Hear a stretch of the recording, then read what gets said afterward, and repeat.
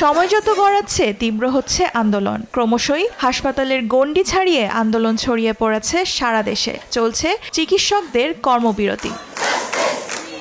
কলকাতার আরজি কর medical college ও হাসপাতালে ৩১ বছর বয়সী ট্রেনি ডাক্তারকে ধর্ষণ ও হত্যাকাণ্ডের তদন্ত করে আসছিল পুলিশ।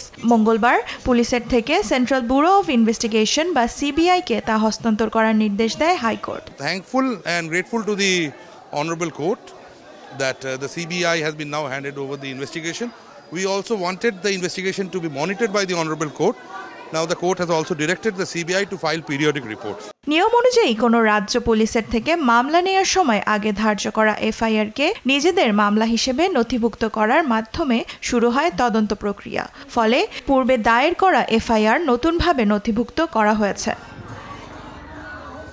এরই মধ্যে দিল্লি থেকে সিবিআই এর একটি দক্ষ দল কলকাতা পৌঁছেছে। সাথে রয়েছে ফরেনসিক বিশেষজ্ঞরাও। বুধবার এই মামলায় একমাত্র অভিযুক্ত ব্যক্তিকে সিবিআই এর হেফাজতে নেয়ার কথা রয়েছে।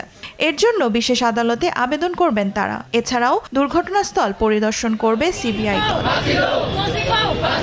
তবে কর্মবিরতি থেকে এখনই সরছেন না বলে স্পষ্ট জানিয়েছেন আন্দোলনরত চিকিৎসকরা। স্বাস্থ্য মন্ত্রণালয়ের নির্দেশে সিনিয়র ডাক্তাররা জরুরি বিভাগের চিকিৎসা সামলানো সত্ত্বেও রাজ্য জুড়ে অব্যাহত রয়েছে রোগীদের ভোগান্তি। আন্দোলনকে সমর্থন জানালেও চিকিৎসা সেবা ব্যাহত হওয়ায় ক্ষোভ জানিয়েছে সাধারণ মানুষ।